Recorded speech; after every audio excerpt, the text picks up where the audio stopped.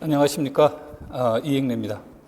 오늘은 여러분들이 이제 2026년 교사 임용 시험 대비해서 어떻게 이제 학습할 것인가 하고 그 다음에 두 번째는 간략하게 교사 임용 시험을 설명하도록 하겠습니다.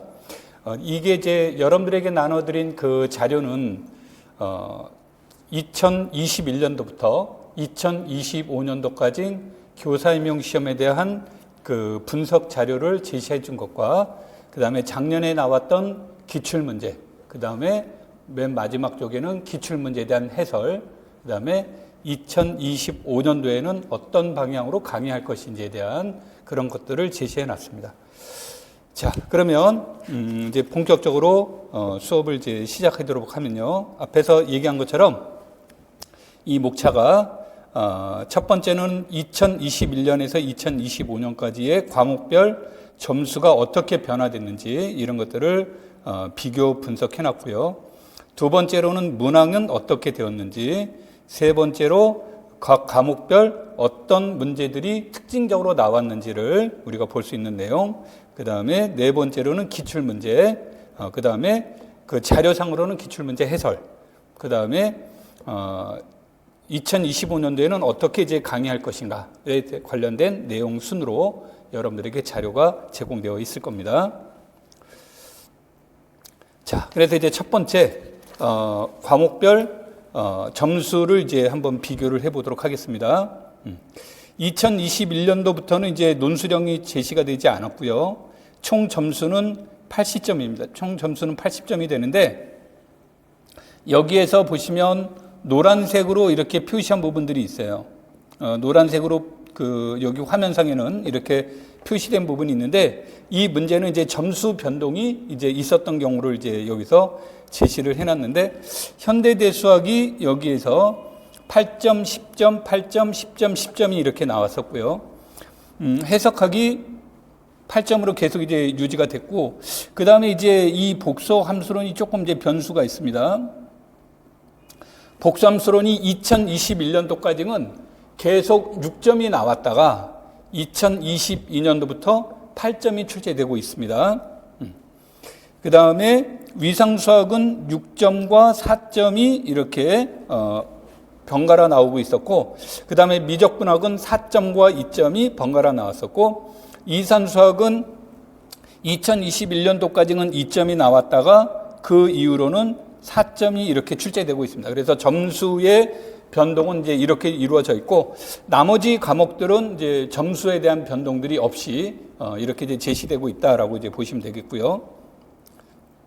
여러분들이 이 점수 분포를 알아두는 것이 이제 중요하다는 얘기는 어느 과목이 중요한지, 어느 과목들을 집중적으로 공부해야 되는지 이런 것들을 갖다 이제 판단하자는 의미에서 요거를 제시를 한 겁니다.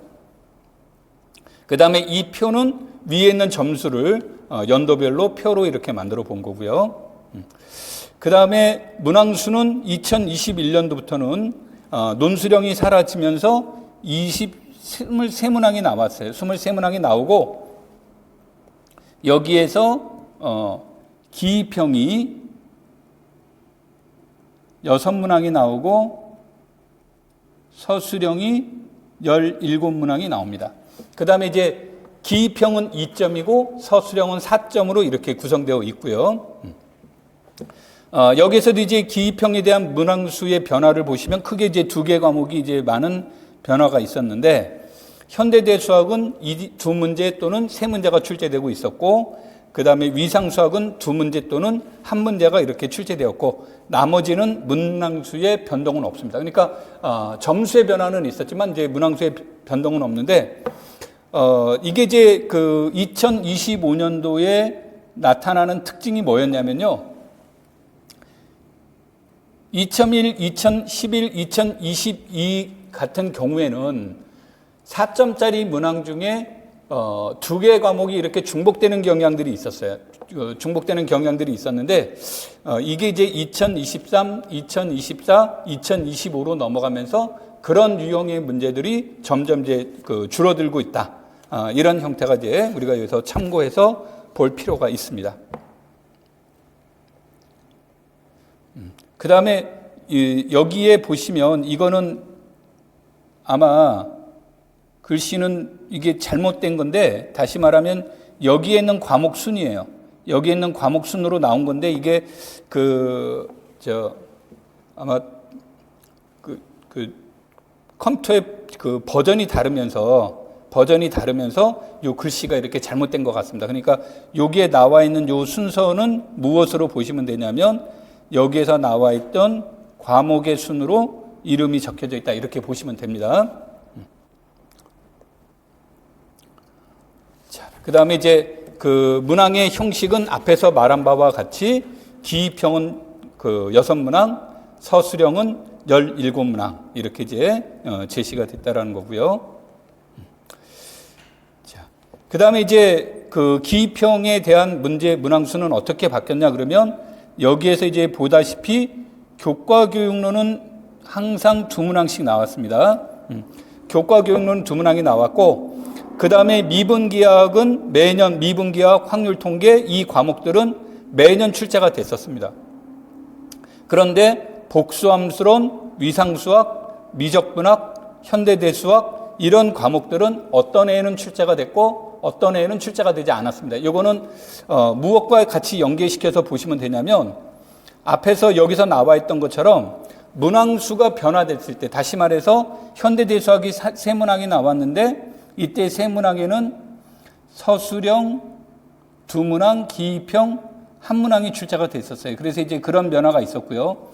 그 다음에 이제 복수함수로는 계속 2문항이 출제가 됐는데, 이 경우는 이제 기입형 1문항, 서술형 1문항 이렇게 나온 적도 있고, 서술형 2문항 이렇게 나온 적도 있습니다. 그래서 이제 그러한 차이들이 여기에서 이렇게 이제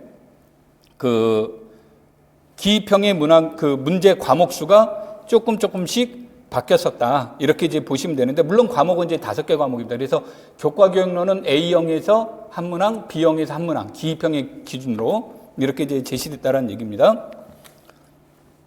자, 우리가 여기에서 이제 참고해서 봐야 될 내용이 뭐냐면요. 기입형의 특징은 주로 교과교육론에서 본다면 단편적 지식을 묻는 문제가 주를 이루었고요. 또는 올해는 아니었지만 순서 문제를 제시하는 경우가 있었습니다. 그래서 우리가 이제 역사적 발생 순서를 물어보는 경우도 있었고요. 또는 지도 순서라든지 이런 것들에 대한 순서 문제를 물어보는 경우가 있었는데, 이런 것들은 전형적으로 이제 암기에 속하게 되겠죠. 교과교육론은 두 문제는 전부 다 이와 같은 형식으로 물어봤다는 얘기가 되겠고, 그 다음에 미적분학, 미분기학, 확률통계, 그 다음에 여기에서 본다면 이제 위상수학, 이런 기입형들의 문제들은 대체로 알고리즘 중심으로 문제가 됐습니다. 다시 말해서 우리가 기존에 알고 있는 어떤 공식이라든지 거기에 대입시켜서 문제를 푸는 문제가 됩니다. 그래서 이것들은 쉽다라는 문제는 꼭 아닙니다. 이게 이제 꼭 쉽다라고 이제 볼 수가 없고요. 그 다음에 이제 이 기입형의 문제에서는 어떤 경우도 이제 많이 나왔었냐면, 문제가 굉장히 해결 과정이 복잡하거나 긴 문제들이 있었어요. 그런 경우에도 2점짜리 기입형, 즉 과정은 생략하고 답만 요구하는 그러한 유형의 문제들도 있었다라는 거고요. 그 다음에 작년 기준으로는 현대대수학이지만 추상수학과 관련돼 있는 거예요. 그래서 위상수학이 여기에 이제 들어갈 수 있는데, 이런 과목들은 개념이 초점이 됩니다. 물론 이제 개념만 가지고는 문제가 풀 수 없습니다만 개념이 절대적인 기준이 되겠죠. 그래서 기입형의 문제의 특징은 교과교육론은 단편한 이제 지식, 단편적인 지식 또는 어떤 순서 문제 이런 것들에 대한 어떤 일종의 암기 유형의 문제로 출제가 됐었다라고 이제 보시면 되겠고, 그 다음에 미분기학, 복수함수론, 미적분학, 이와 확률통계 이와 같은 과목들이 출제가 되는 경우에는 주로 알고리즘 위주의 출제가 됐었다라는 얘기가 되겠고요. 그 다음에 이제 위상수학, 현대대수학 이와 같은 추상수학의 경우는 주로 개념에 의해서 문제를 해결하는 형식으로 출제가 됐었다. 이렇게 이제 보시면 되겠습니다. 자, 그 다음에 이제 서술형에 대한 내용이 주어지는데, 서술형은 여러분들이 여기에서 보다시피 작년에는 11개 과목이 출제가 됐었고 나머지에는 10개 과목이 이렇게 이제 출제가 됐었습니다. 10개 과목이 출제가 됐었고 내가 앞에서 얘기했듯이 2021년, 2022년 이런 경우에는 4점짜리 한 문항 안에 그 해석학과 확률 통계, 이산수학과 확률 통계, 복수 함수론과 해석학 이와 같은 과목이 서로 연계되는 문제들이 이제 출제가 됐었어요.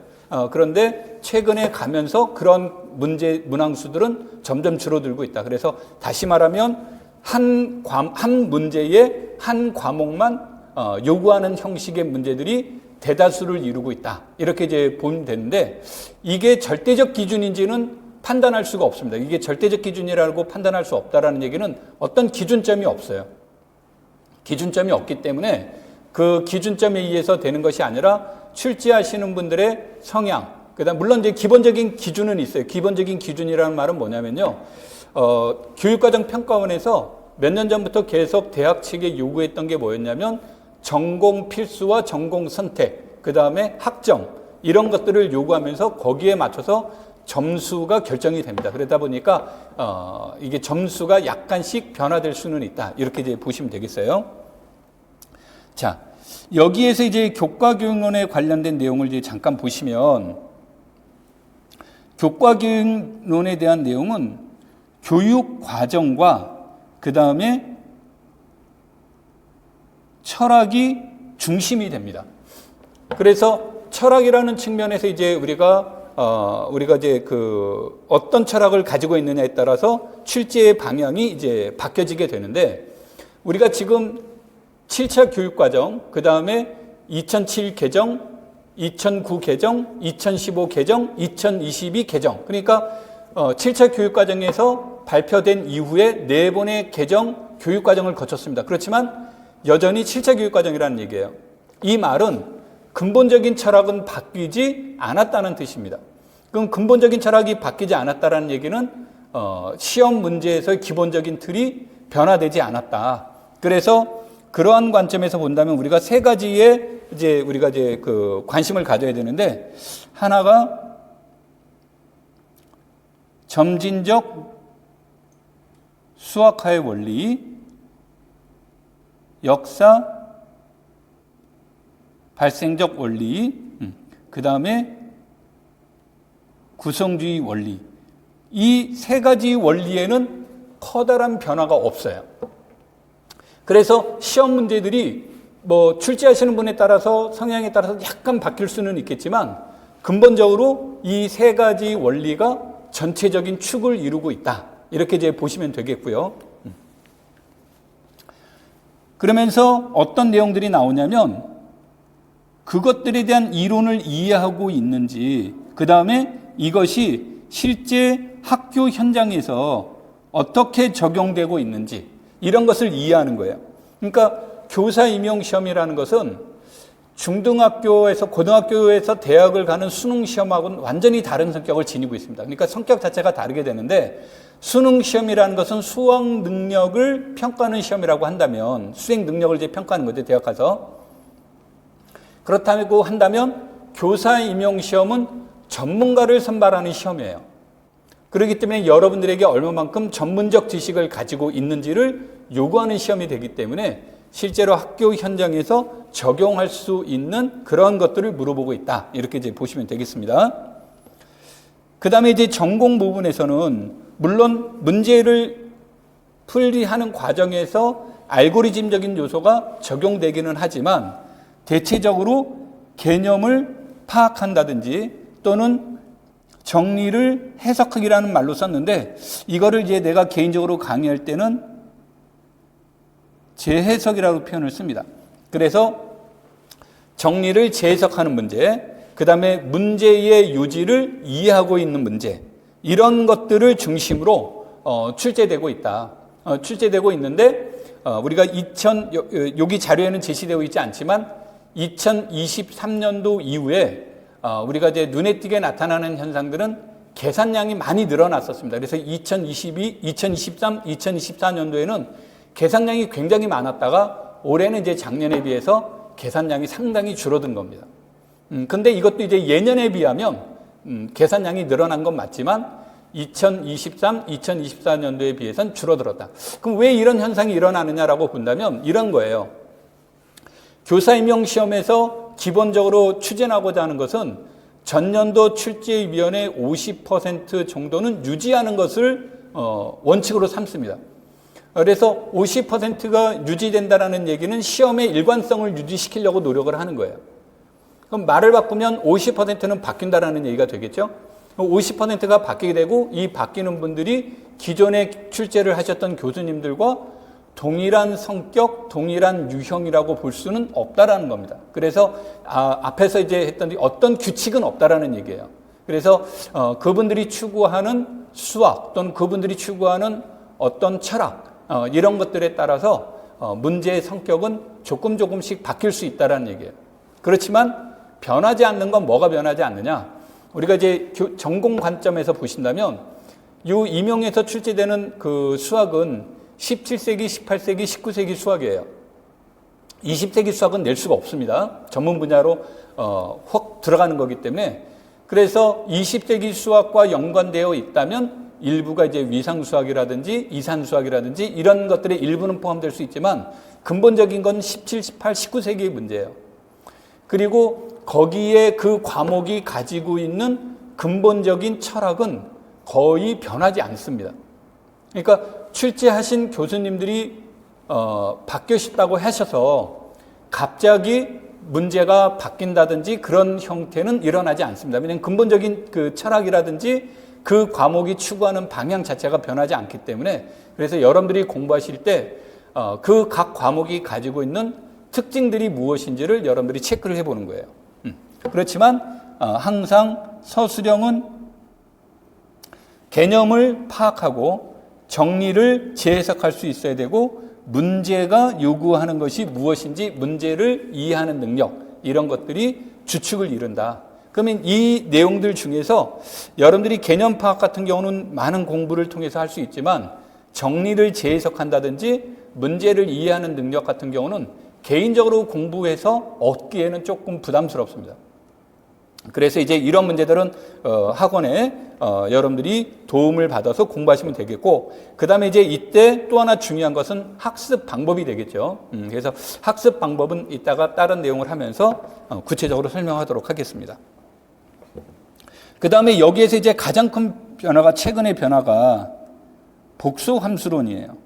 앞에서 얘기했듯이 우리가 대학교 커리큘럼상으로 본다면 복수 함수론이나 위상수학이나 학점은 거의 유사합니다. 대부분의 학교가 6학점의 문제예요. 6학점의 문제인데 복수 함수론은 8점이 나왔고 위상수학은 4점이 나왔다. 이런 것들에 대한 내용인데 이런 것들은 그래서 변화될 수 있다. 그리고 아마 복수함수로는 그 6점짜리가 나올 개연성도 여전히 높고 이산수학도 6점이 나올 개연성은 여전히 높다. 이렇게 이제 보시는 거고 그 다음에 선형대수학 정수로는 뭐 지금까지 4점이 변화된 적이 없기 때문에 그렇게 나올 것이다라고 보는 것이 좋겠습니다. 자, 그 다음에 교과기억론이 어떻게 변화됐는지는 아까 얘기를 했었고요. 그 다음에 이제 전공 부분에서 이제 보시면요. 아까 현대대수학을 보시면, 이 현대대수학에서 2021, 조금 화면을 줄여볼게요. 글씨가 좀 적어지긴 했습니다. 2021, 2022, 23, 24, 25에서 나오는 핵심적인 내용은 매년 체는 나옵니다. 확대체에 대한 개념은 매년 나오게 되는데, 이 확대체 개념들 중에서, 갈루와 확대체와 갈루와 군의 문제가 굉장히 많이 출제되어 있고요. 그 다음에 기입형의 문제까지 체크가 된다면 나타나는 특징들 중에 하나는 유한체의 문제예요. 그래서 이 유한체의 문제가 꾸준히 출제가 되고 있는데 이 유한체는 내가 이론 강의할 때도 이렇게 설명합니다만 이 유한체에 대한 내용은 2021년도에도 나왔고 2025년도에도 나왔는데 이것을 유한체, 확대체 이쪽의 관점에서 출제를 된 것이 아니라 여기에서 그 영혼을 제외하면 곱셈 군이 되는데 이것을 활용을 해서 이것의 군의 외적과 연계시켜서 문제를 나타냈던 것이 특징이었다. 그래서 그렇게 크게 본다면 무엇에 대한 문제가 얘기되냐면 21에서 25가 나온 것도 있지만 이전에도 마찬가지예요. 그래서 현대대 수학에서 채론의 문제는 적게는 4점, 많게는 8점까지 출제가 되고 있다. 그래서 채론이라는 과목이 굉장히 중요하다는 얘기고요. 그 다음에 이 채론이 또 왜 중요합니까? 그러면 채만 얘기를 하는 것이 아니라 우리가 현대대 수학에서 군환채라는 개념으로 봤을 때 이 채라는 개념 안에는 군과 환의 성질이 같이 들어가 있어요.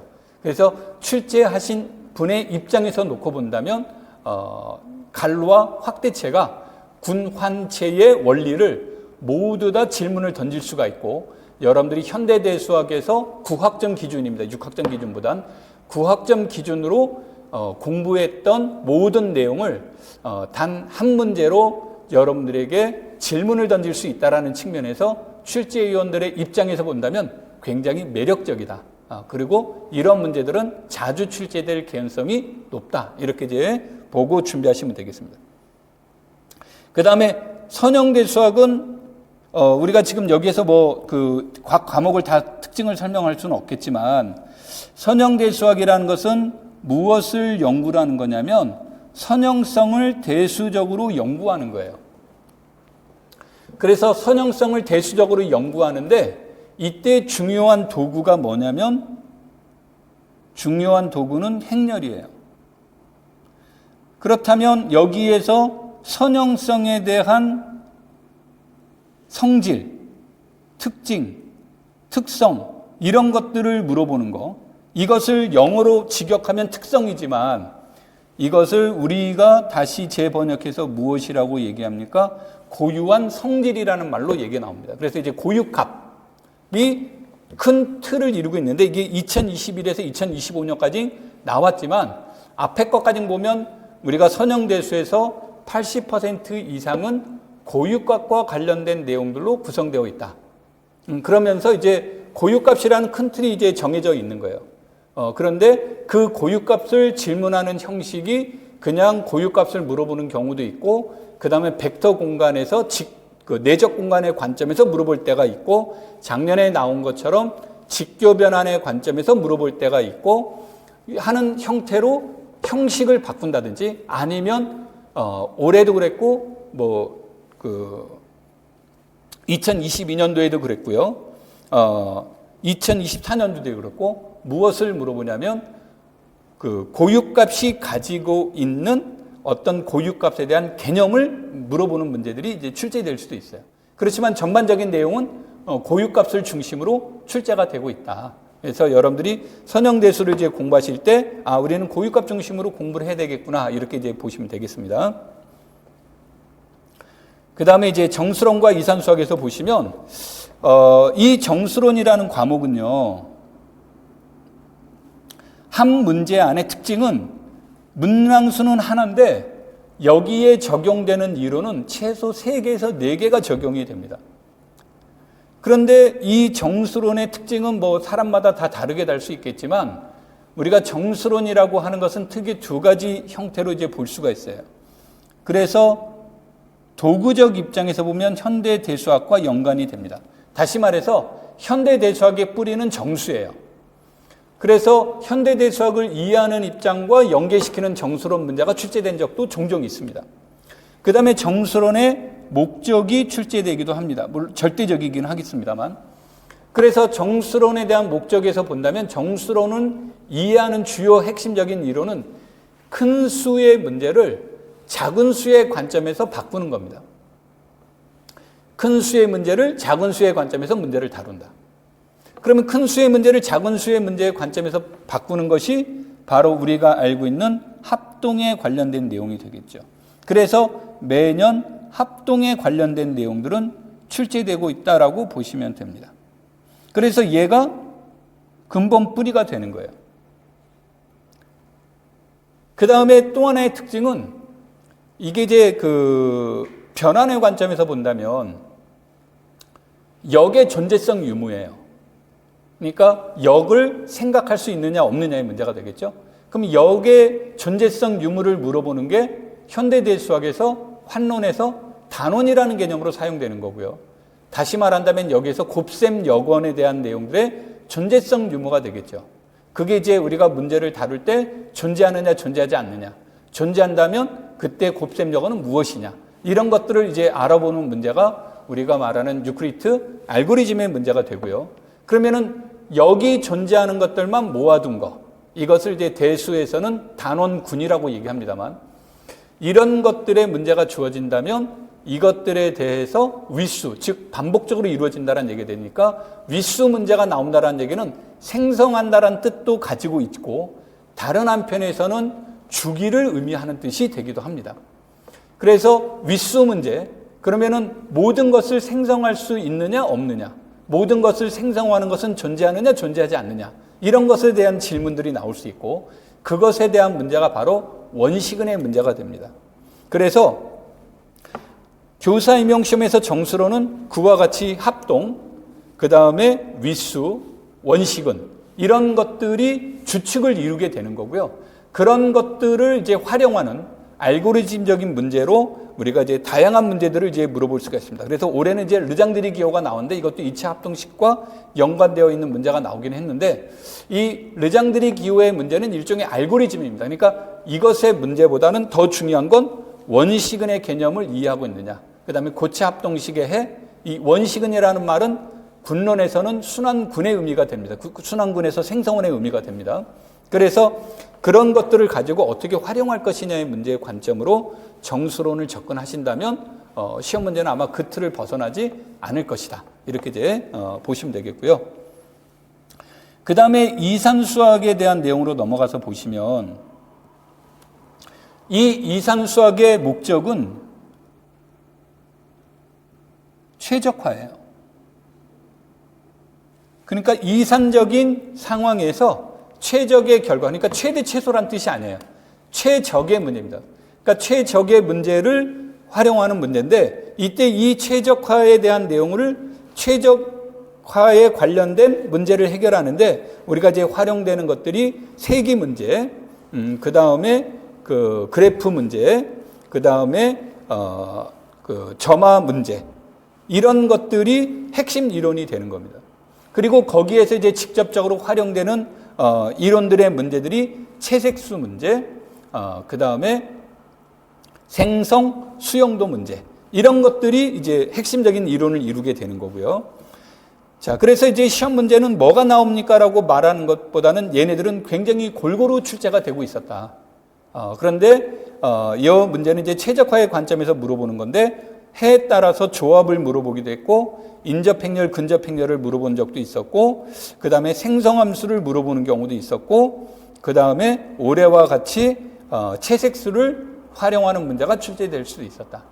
그래서 이 이산수학이라고 하는 것들은 어떤 특정한 내용보다는 방금 전에 말했던 세기 문제, 그래프 문제, 그 다음에 점화 문제, 이런 것들이 핵심적인 내용으로 출제가 되고 있다. 그리고 그런 것들을 어떻게 활용할 것인가, 그런 것들을 어떻게 이해할 것인가, 그런 것들을 어떻게 적용할 것인가, 이런 것들 중심으로 출제되고 있다라고 보시면 되겠습니다. 자, 그 다음에 이제 해석학의 문제는 해석하는 거예요, 말 그대로. 그래서 무엇을 얘기를 하냐면, 내가 여기에다는 실수체라고 썼습니다만, 실수체보다는 훨씬 더 중요한 요소가 되죠. 그래서 실수체, 그 다음에 순서 관계, 순서체, 그 다음에 위상적 구조, 이거 세 가지 구조를 완비 구조로 합니다. 그래서 첫 번째 체에 대한 것을 대수적 구조라고 얘기하고요. 그 다음에 두 번째 순서체 얘기라는 걸 순서 구조라고 얘기하는 거고, 세 번째 그 위상적 구조, 그래서 원근 관계를 논의하는 건 위상적 구조, 이 세 가지를 다 만족하는 것을 우리가 완비 구조라고 얘기를 합니다. 그래서 우리가 체에 대한 이론 중에서 완비 구조를 가지고 있는 것은 실수체밖에 없습니다. 그래서 여기에서는 실해석학이라는 것은 그와 같은 실수체에 대한 구조를 물어보게 되는데, 여기에서 핵심적인 내용은 분석하는 거예요. 그 실수체를 분석하는 것이 되는데, 이 분석의 관점을 어떻게 볼 것이냐에 따라 달라지겠지만 핵심적인 이론은 극한적 개념이에요. 극한적 개념인데 이 극한적 개념을 기초로 해서 내용들이 여러 가지로 얘기가 되는 겁니다. 그래서 수열, 그 다음에 급수, 수열과 급수를 하나로 보겠습니다. 수열, 급수, 그 다음에 그 연속함수, 미분 가능성, 적분 가능성 이렇게 물어보는 겁니다. 그래서 이런 네 가지 기조를 중심으로 해서 무엇을 이제 나올 수 있는 거냐면 앞에선 수의 관점이었다면 이 수의 관점을 함수적 관점에서 볼 수 있다. 그래서 우리가 말하는 것이 함수열, 함수함급수라는 개념이 얘기가 나오게 됩니다. 그러면 함수열, 함수함급수의 최대 장점은 뭐냐? 그 과목이 추구하는 바가 뭐냐 그랬을 때 그 함수열 또는 함수함급수의 극한이 주어졌을 때 그것이 기존에 가지고 있던 것에 대한 보존성의 문제예요. 그래서 이 보존성을 체크를 해야 되는데 보다 효율적으로 알아낼 수 있는 방법이 무엇입니까? 라고 물어본다면 그게 균등수렴성의 문제죠. 근데 그 함수열, 함수함급수의 특징이 뭐냐면 앞에서 말한 수열과 급수, 연속, 미분 가능성, 적분 가능성의 문제를 함수열, 함수함급수에서 다 논의할 수 있다는 거예요. 즉, 출제위원 입장에서 본다면 해석학의 문제가 적게는 2문항, 많게는 3문항이 나왔는데 이 2-3문항 안에 그런 것들을 모두 다 물어볼 수 있고 그런 것들이 어느 정도 도달되는지를 알아보기에 딱 좋은 문제가 바로 함수열과 함수함급수입니다. 그래서 이 빨간색으로 표시했듯이 함수열과 함수함급수는 매년 출제됐다 이렇게 보시면 됩니다. 이건 거의 절대적이에요.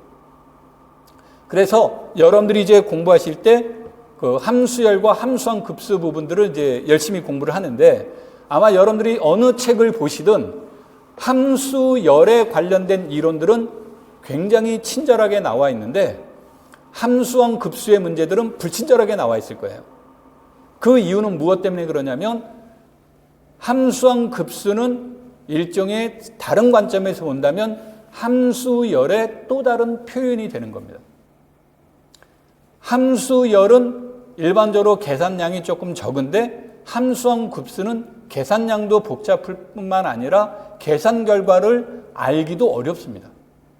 그래서 이론적인 접근은 함수열에서 하시는 게 좋고요. 결과론적인 것은 함수함급수까지 다 봐야 된다. 그래서 여러분들에게 이 네 개의 그 영역을 모두 다 충실하게 설명하고 이런 것을 잘 알 수 있는 것은 함수열, 함수함급수의 문제다. 그래서 여러분들이 그러한 것들을 뭐 시험 문제에서도 나왔듯이 그런 것들을 이제 체크를 해보시는 게 좋겠고요. 그 다음에 이제 미적분학의 문제는 보시면 미적분학은 뭐 내가 말한 것 이외의 문제들이 출제된 경우는 있는데 많아야 2-3문항입니다. 그러니까 지금까지 오랜 역사 동안에. 그래서 이 미적분학은 주로 핵심적인 내용은 어디에서 출제가 됐다라고 보냐면 다변수 함수, 뭐 대체로 3변수가 나온 적이 있습니다만 대체로 2변수 문제가 됩니다. 그래서 2변수 문제의 그 내용을 중심으로 출제가 되고 있고 이 2변수 문제에서 핵심적으로 자리 잡고 있는 것이 바로 중적분의 문제예요. 그래서 내가 이론 강의 할 때 얘기하겠지만 중적분에 대한 문제들은 어떤 유형이 나왔나 그런데 여기서 봤더니 시험 문제는 봤더니 대수치환 그 다음에 그린의 정리 이런 것들도 나오고 적분 순서를 바꾸는 문제 이런 것들이 이제 핵심적인 내용을 다루고 있습니다만 개념적인 문제들도 이제 같이 이해를 하셔야 되겠고요. 그 다음에 또 하나의 문제가 바로 선적분의 문제입니다. 여기에서 2021년에서 우연히 2025년까지 선적분의 문제는 출제가 안 됐습니다만 선적분의 문제는 2024년도 복소 함수론에서 그린의 정리를 활용하는 문제로 출제가 됐었습니다.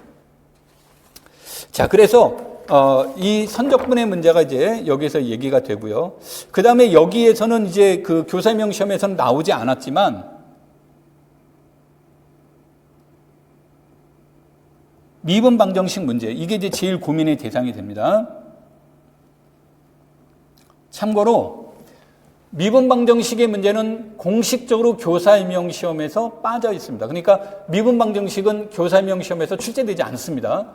출제되지 않는데 이 미분 방정식의 일부 내용이 다른 과목의 문제 해결에 활용돼서 출제된 적이 있어요. 다시 말하면 선적분의 문제에서 선적분의 기본 정리의 문제는 완전 미분 방정식의 문제와 연계가 됐었고 이런 문제가 2번 출제가 됐었습니다.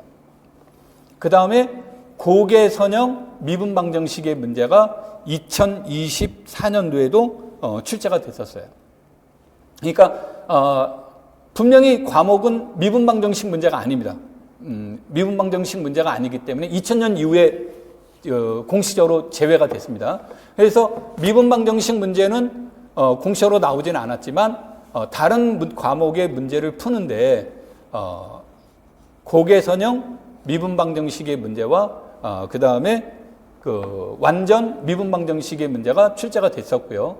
그 다음에 이제 특히 고개선형 미분 방정식의 문제는 이산수학에서 출제가 될 개연성도 가지고 있습니다. 그래서 여러분들이 미분 방정식이란 과목은 시험에 안 나오지만 방금 전에 내가 말했던 기본적인 과목에 대한 내용들은 여러분들이 이해하고 있으셔야 이산수학의 문제라든지 복소 함수론의 문제라든지 또는 선적분의 문제라든지 이런 문제를 해결하는 데 도움이 될 수 있다. 그래서 물론 장시간에 걸쳐서 공부하실 필요는 없지만 기본적인 내용들은 알고 있어야 된다. 이렇게 이제 보시면 됩니다. 자, 그 다음에 이제 위상수학은 컴팩트 문제가 이제 여러 번 출제가 됐었는데 내가 이게 컴팩트의 문제라고 이렇게 딱 얘기를 하지는 않겠습니다. 여기에서는 뭐 연결, 비연결의 공간의 문제들이 한때는 또 출제가 많이 됐었고요. 그 다음에 거리 공간의 문제가 또 출제되기도 했었고요.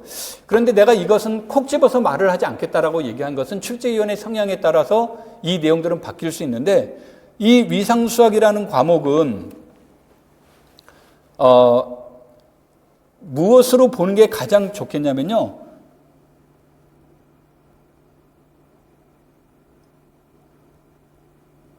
위상적 성질을 이해하는다라는 것이 본질적 의미라고 봐야 되는데 이 위상적 성질이라는 것은 클라인의 말을 빌려오면 위상적 동형이 됐을 때 변하지 않는 성질이다라고 이렇게 보시면 됩니다. 그런데 다행스러운 거는 여러분들이 배우는 위상수학에서 유계성을 제외하고는 전부 다 위상적 성질이 돼요. 그러다 보니까 여기에서 내가 위상수학이라는 과목은 제일 중요한 게 기출문제라고 항상 얘기합니다. 다른 과목에 비해서 기출문제가 절대적으로 중요하고 여기서 핵심적인 내용은 무엇을 이해하는 데 있냐면 열린 집합을 이해하는 데 있습니다.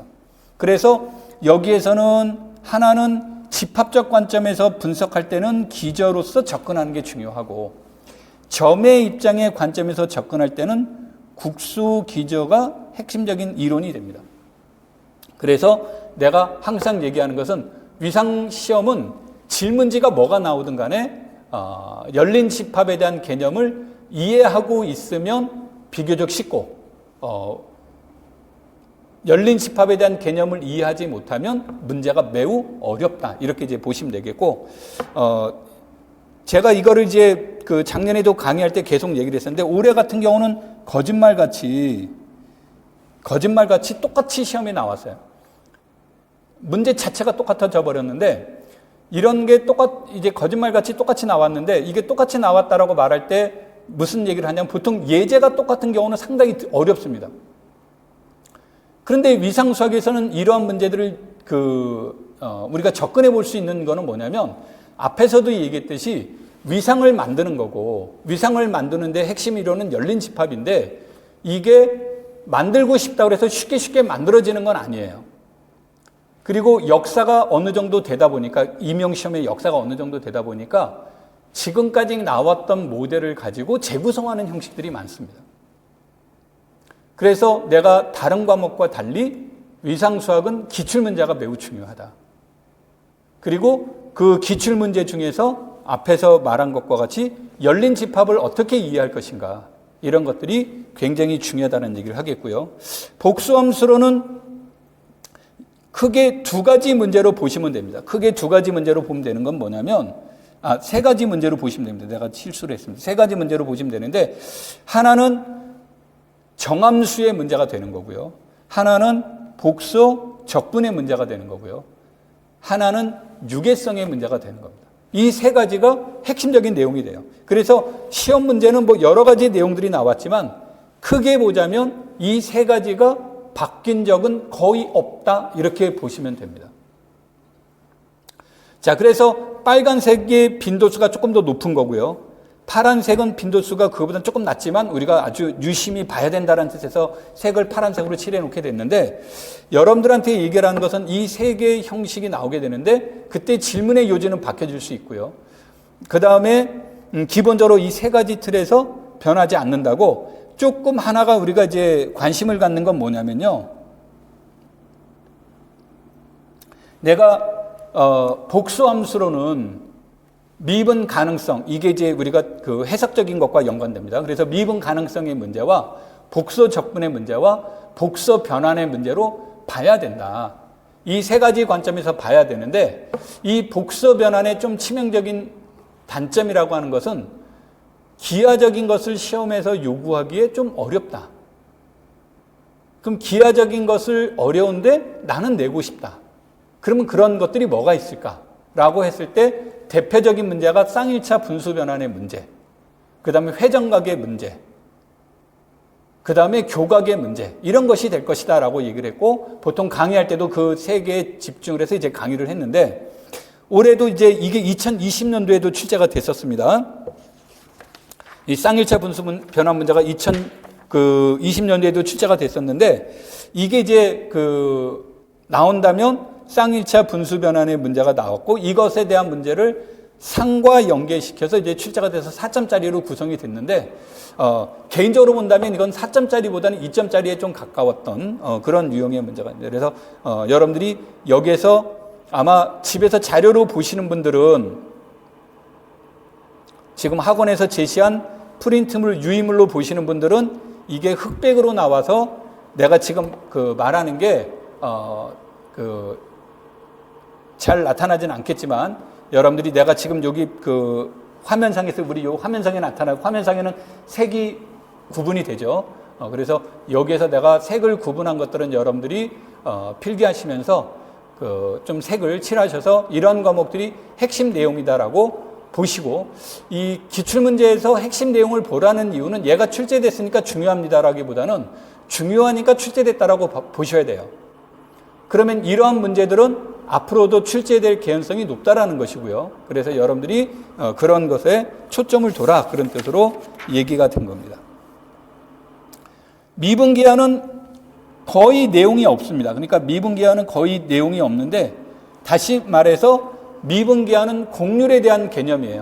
다시 말하면 곡선상에서는 곡률과 연률, 곡면상에서는 가우스 곡률, 주곡률, 그 다음에 직지곡률, 벅곡률, 뭐 이런 것들이 나오지만, 근본적으로 평면상에서 본다면, 공간상에서 곡선의 관점에서 본다면 곡선의 휘어진 정도와 곡선이 평면으로부터 벗어난 정도를 이해하는 겁니다. 다시 말해, 그래야 곡선을 이해한다는 거고요. 공간상에서 곡면을 이해한다는 것은 곡면의 휘어진 정도, 그 다음에 각에 따라서, 위치에 따라서 수직으로 잘랐을 때 곡선이 나오겠죠. 그 곡선의 휘어진 정도, 곡선을 이해하는 문제, 이런 문제가 출제가 되는 겁니다. 그래서 이 내용에는 변함이 없다라고 보시면 돼요. 이 내용에는 변함이 없는데, 이게 어렵냐 쉽냐라는 것의 차이점은 뭐냐면, 올해와 같이 알고리즘적, 즉 계산을 통해서 요구하는 문제는 쉬운 거고, 계산을 하는 것보다는 개념을 물어보는 문제가 나오면 어렵습니다. 그러니까 위상수학은 개념을 물어보면 어렵다라는 얘기하는 것은 뭐냐면, 얘네들은 우리가 평면상이나 공간상의 그림을 그릴 수가 없어요. 정역과 공역을 합치면 최소한 4차원에서 5차원이에요. 그러다 보니까 이것을 직관적으로 이렇게 분석하는 게 어렵기 때문에 개념 문제가 나오면 조금 어렵다, 이렇게 이제 보시면 되는 거고, 알고리즘 중심의 문제를 물어봤다 그러면 쉽고 그렇습니다. 그 다음에 확률 통계 문제의 대표적인 내용들은 결합 확률 밀도 함수가 최근 시험의 특징이었고, 그 다음에 또 다른 특징 중에 하나는 누적 분포 함수를 이용한 확률 밀도 함수를 물어보는 문제들도 다수 출제가 되고 있다. 그래서 이런 것들이 얘기가 되는데 이제 내가 강의할 때 꼭 그럽니다. 확률 통계에서 1변수와 2변수로 이렇게 이제 물어보게 된다면 연속 함수를 기준으로 얘기하는 겁니다. 1변수와 2변수로 물어본다면 1변수는 수능 문제보다 더 좋은 자료는 없다. 그래서 1변수의 문제는 대학 과정보다는 오히려 수능 준비를 위한 문제들이 더 좋고요. 그 다음에 최근에 나오는 수능 문제들도 좋을 수 있지만 오히려 한 3년, 4년 전에 나왔던 수능 문제집 같은 것들이 더 좋을 수 있다. 그 이유는 무엇을 말하냐면 최근에 나온 수능 예상 문제들은 문이과로 나눈다면 주로 문과 중심의 과목이 돼버리는 거고, 그 이전에는 이과에서 필수적으로 이제 시험을 보는 내용들이니까 그때 나와 있던 자료들이 조금 더 어렵고 조금 더 심도 있는 문제들이 나와 있다. 그래서 여러분들한테 이제 권장하는 것은 뭐냐면 일변수적에 관련된 내용들, 그 다음에 이산량에 관련된 문제들은 대학 교재보다는 수능과 관련된 내용들을 더 참고하시라라고 말을 전하고 싶고요. 그 다음에 다변수의 개념은 수능에서는 다루기 어려우니까 교사 임용과 관련된 내용을 중심으로 보시면 됩니다. 자, 그래서 이것으로 먼저 1교시 지금까지 시험 문제는 어떻게 나왔는지를 간단하게 분석을 했고요. 조금 쉬었다가 기출 문제는 어떤 것들이 나왔었고 어떻게 수업을 공부를 해야 되는지에 대한 내용으로 2교시 수업을 하도록 하겠습니다. 잠시 쉬었다가 할게요.